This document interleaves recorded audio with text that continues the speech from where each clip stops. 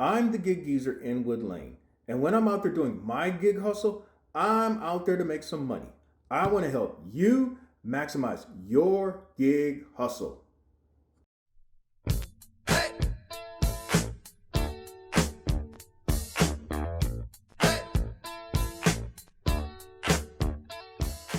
Okay, so now we're at the evening hustle. If you've made it this far in this video, thank you, thank you, thank you. If you like it, give it a thumbs up. If you'd like to see more of the Gig Geezer and have notifications when more installments of the Gig Geezer come out, hit the subscribe button. I welcome your comments, whether good or bad. I'm okay with it. So let's get right to it.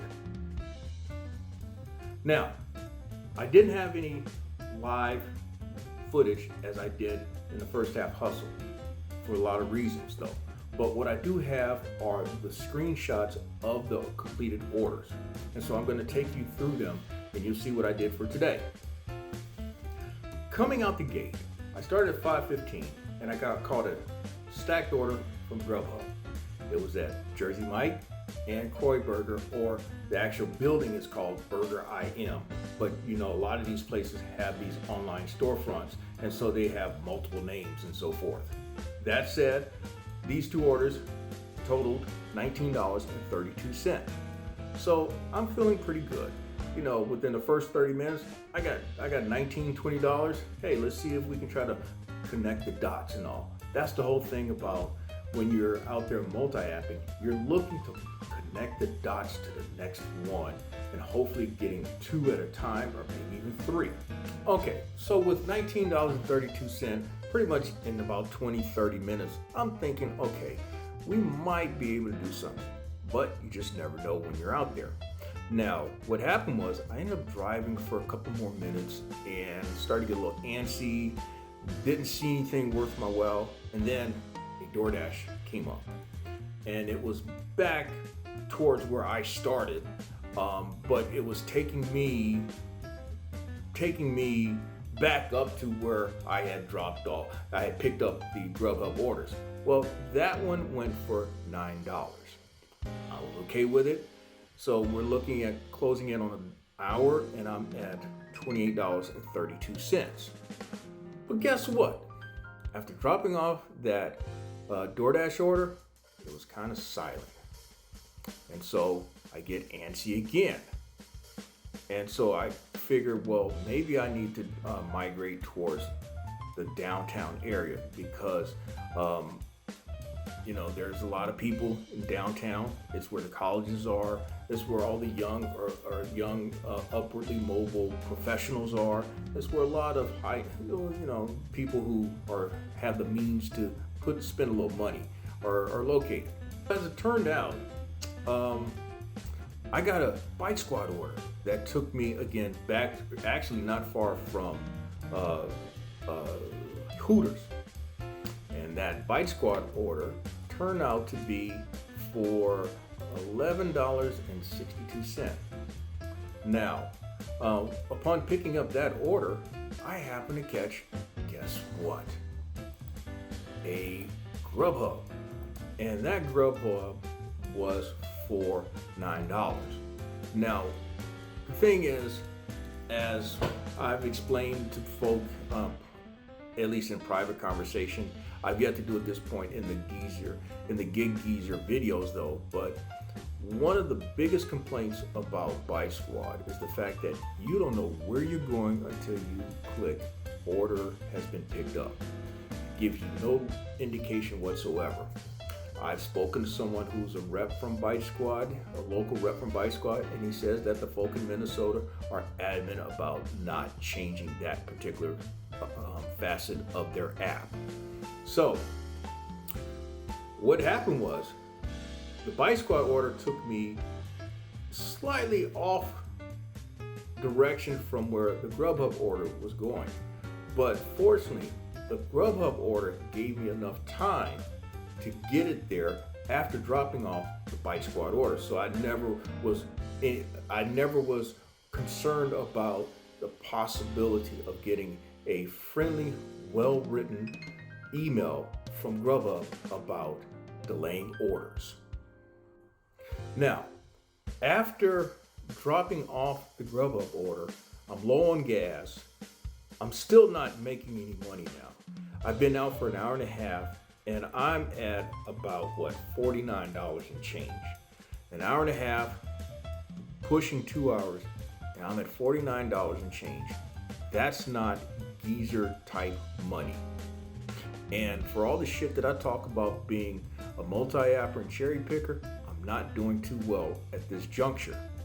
So I'm not going to say it was desperation. I'm not even going to say out of thirst. I just felt it made sense to take an order, a reasonable order that might get the ball rolling once I leave the gas station.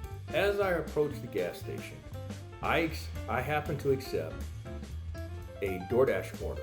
It was from CVS, which was right down the road from where I stopped at the gas station. And the drop-off location was like 5 minutes away. Upon leaving the gas station, I happened to accept a Grubhub order. Now, here's where the strategies, the tidbits of information and all of that could help you maximize your hustle. Now, I accepted the Grubhub order, even though it was technically in the opposite direction. But after I completed the DoorDash order, I would have been probably 8 to 10 minutes away from the Grubhub order, which would have got me there in reasonable time to pick up the order and move on. However, what happened was a Uber Eats came up. A Uber Eats for a decent amount of money, but would have taken me way the fuck out of the way. But I didn't pay attention to that because with Uber Eats, you got like maybe 5, 7, maybe 8 seconds to accept it, or it's gone. Poof. So I accepted the Uber Eats because it showed a possibility of making $13.46. And to that point, that was the best order I'd seen in almost 2 hours. So what I did was I went ahead and completed the DoorDash order. And then I headed towards the Uber Eats order, knowing that the way it was setting up, I was going to have to get rid of the Grubhub order, which I did. But as I got to the intersection where I needed to go to pick up the Uber Eats order, I got a DoorDash order. And this DoorDash order was going to pay $12. That was what it said it was going to pay. And it was heading in the general direction of where I wanted to go. While I was in the process of picking up the Uber Eats order, which was from Salsarita, and then the DoorDash order, which was from East Bay Deli, I got another Grubhub order. And this one was actually in the vicinity of where I was going to drop off the Uber Eats order. So I'm like, if I can connect these dots, I got a nice little like about $40 parlay run here. And that's going to put me in a much better position than where I was before all this occurred. So I did a little quick math. I figured out that I was at this juncture at about $134 for the day, $49 in. Add the $8, I'm at $57 and about $1.42. So we still ain't hitting on nothing. However, with this $40 possible parlay, I'm closer to $200. But my instincts started talking to me. And I realized that here I was looking at now, the DoorDash order actually took me in the opposite direction of where I was supposed to be going with the Uber Eats and the Grubhub, which was actually an order and pay. And so that's what really got me thinking. The order and pay for $13 and change, even though it's going to be over where the Uber Eats is, I'm going to have to sit there and wait possibly 25 minutes or so. And all these orders, there's a potential of a bunch of orders that could be coming, but I'm sitting and waiting for this son of a bitch. So I got on the phone with Uber Eats, and I'm like, I'm thinking, can I talk them into making putting in documentation that I could possibly be running late for this order? Well, that person was of no help, no help whatsoever. So I'm like, looks like I'm gonna have to get rid of this Grubhub order and deliver the Uber Eats. So what I am doing was I delivered the Uber Eats. Then, as I'm heading back in the direction of the DoorDash order, I get bailed out by Grubhub. It was a pickup it was actually 2 miles away from where I was going to do the drop off. And as I'm getting out the car to go to pick up this Grubhub order, Uber Eats comes through with the order of the day. And that was a stacked order, which would have taken me back to where, in the vicinity of where I dropped off the previous Uber Eats order, and it was offering to pay $23.62. So, as it turned out now, I've got 3 orders that I'm working on at the time. This is how you do it. I'm telling you, this is how you do it. When you're trying to make the money that I've been making for basically going on 2 years now, you've got to You've got to stack the orders, and you also got to know what the fuck you're doing. Sometimes there's some luck involved, but a lot of times it's planned chaos. It's actually coordinated chaos. Now, truth be said, I was a little antsy about this setup that I just kind of created for myself. The Grubhub order, I accepted. I was like basically around the corner from the restaurant.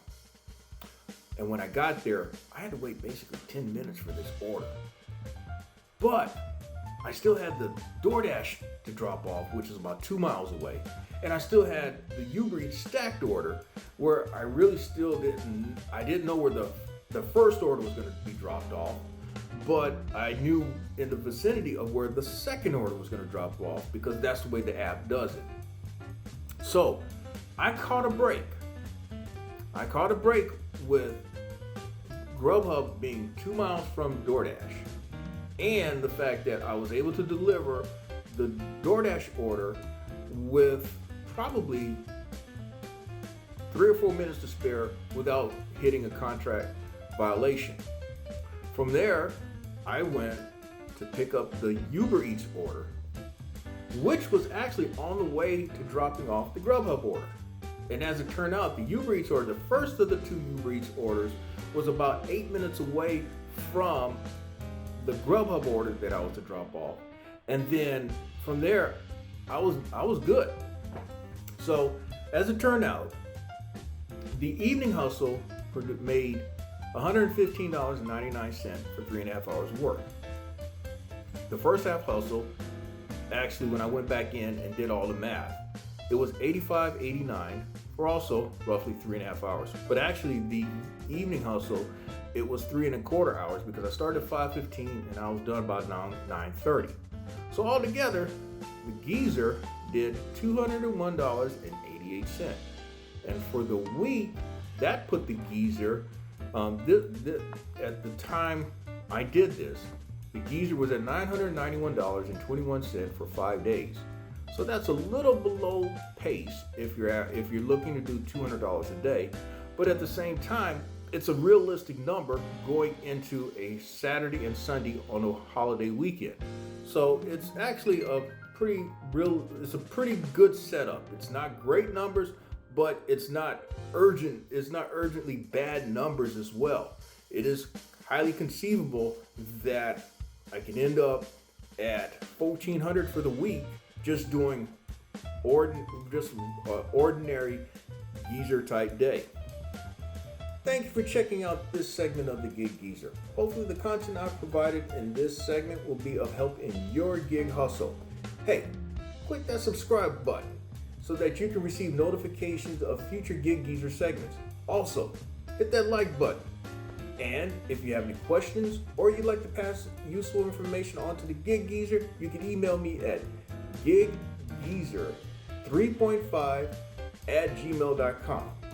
Until next time, I'm Inwood Lane, and may your hustle continue.